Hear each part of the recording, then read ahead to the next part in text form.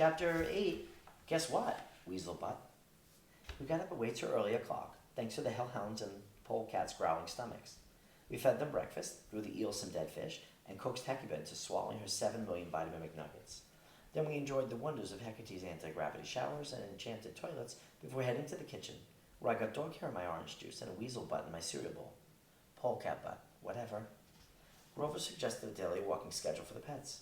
He figured there should always be at least 2 of us on leash duty. Every morning he and I could escort Annabeth down to SOD NYC. Then in the afternoon, he and Annabeth would come to meet me with the pets at AHS, and we walked to the manse together from Astoria. My school was a lot farther away than Annabeth's, but I didn't mind the plan if she didn't. I was just happy to spend extra time with her and Grover, even if it involved being dragged across town by our new fuzzy supernatural overlords. Grover, what about you? Annabeth asked. That means you're doing all the walking. Oh, I don't mind. Fresh air. You don't see fresh air on a lot of TripAdvisor reviews from Manhattan, but I appreciated Grover's enthusiasm. We packed our stuff for school, got the pets geared up in their heavy metal and Hello Kitty accoutrements, then headed out to escort Annabeth to SOD NYC. As we locked up, the door knockers told us, 1, to have a great day, 2, we would die in agony, and 3, pork bellies. Honestly, I'd had stranger multiple choice tests. We were more prepared for Hecuba's and Gail's walking habits this time, so we weren't surprised when Hecuba led us on a series of high-speed, high-terror sprints through traffic, stopping to smell all the things and then to pee on them. Annabeth had even found a pair of sneakers in one of Hecate's closets, which seemed to help. I just hoped the shoes didn't end up being cursed. I didn't want Annabeth to accidentally float to the moon or burst out of a fit of Irish line dancing. As for Gail, we found out she had a strange affinity for drugstores. Every time we passed one, the polecat tried to tug Grover inside. Maybe she realized she needed some anti-gas medicine in the worst way, or maybe Dwayne Reed was having a sale on chicken carcasses. By the time we reached SOD NYC, I was feeling almost optimistic about our chances of surviving through Halloween. We were laughing and having fun, which I'll take any Tuesday morning of a school week. It felt good, almost domestic. Just 3 besties and the magical rent-a-pets enjoying life. I didn't say anything because that would jinx it, but we really could totally make it to Friday night, right? Have a good day at school, dear, I told Annabeth. Thanks, Mom, and she gave me a big wet kiss. You guys and your public displays of affection, Grover grumbled. On cue, Annabeth and I got on either side of him, wrapped him in a hug, and kissed him on either cheek with a big mwah. Much better, he muttered, blushing hard. See you this afternoon, Annabeth told us, handing me Hecuba's leash. I wished her borrowed sneakers could magically grow bigger to fit me, but no such luck. And then she was off.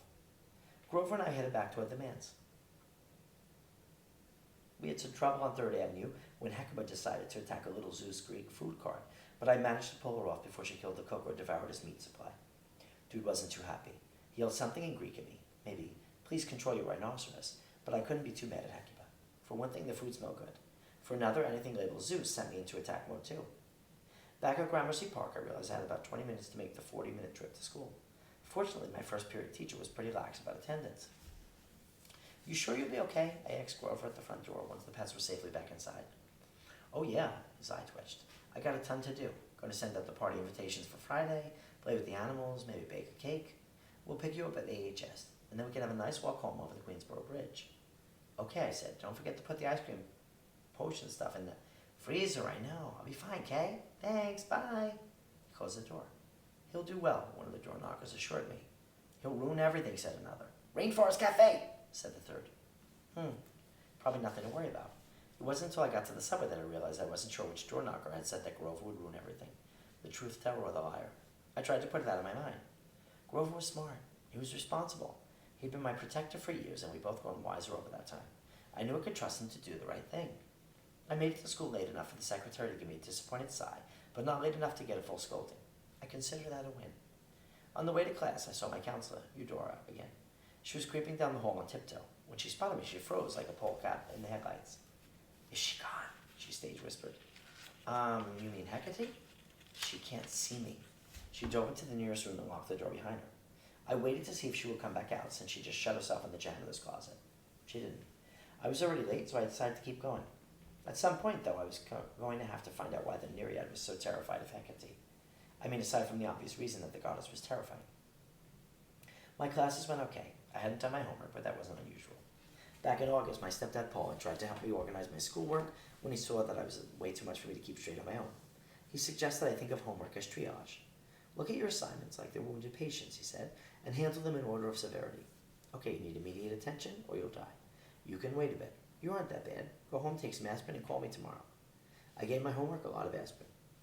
Paul's system worked most of the time. I could usually tell which projects were important and which ones my teachers had only assigned because they felt they had to do and didn't want to grade any more than I wanted to do them. Having a teacher in the family can be handy.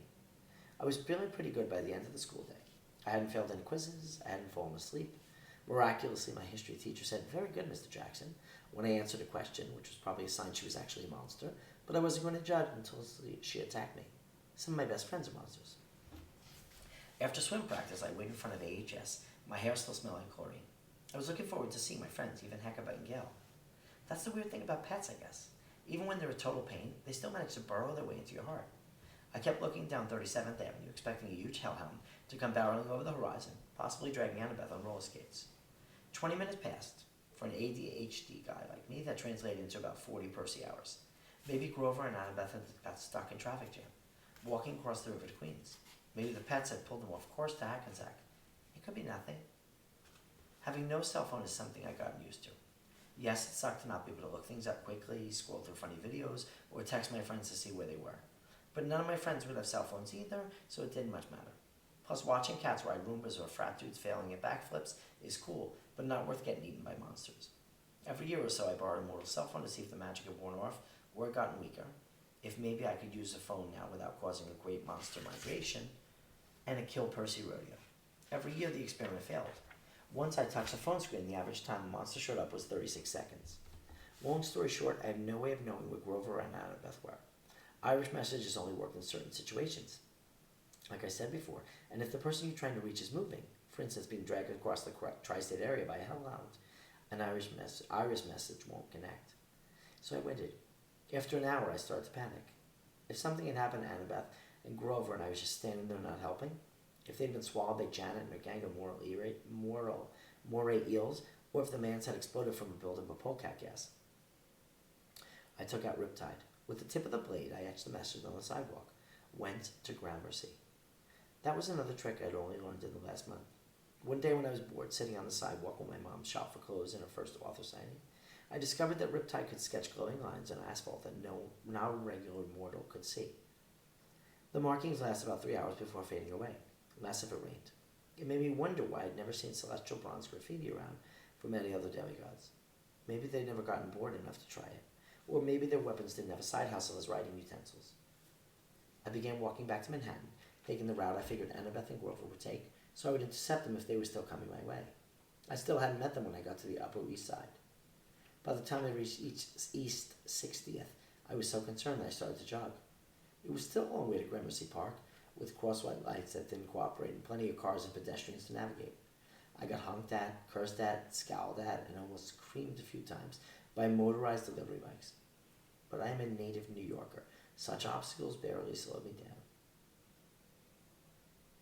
A block out, I spotted Annabeth running toward the manse from the opposite direction. A chunk of ice formed in my stomach. Apparently Grover hadn't come to pick her up either. We met in front of the house. "You okay?" she asked. "Fine, you?" "Yeah, but I guess I lost track of time studying. Grover never showed up. I thought maybe he fell asleep," or her voice faltered when she looked at the mansion. Oh, gods. I was so anxious I had trouble focusing through the mist. When the facade of Hecate's house finally revealed itself, I couldn't believe what I was seeing. The front windows were all broken, their shattered glass strewn across the garden as if the panes had been focused on from within. The panes had been busted from within. Several tombstone tiles had fallen off the walls. Blue smoke billowed from the front porch, where the massive 3-panel door had exploded outward, like someone had hit it with battering ram from the inside. "Grover," we both said at once. And then we ran into the disaster zone.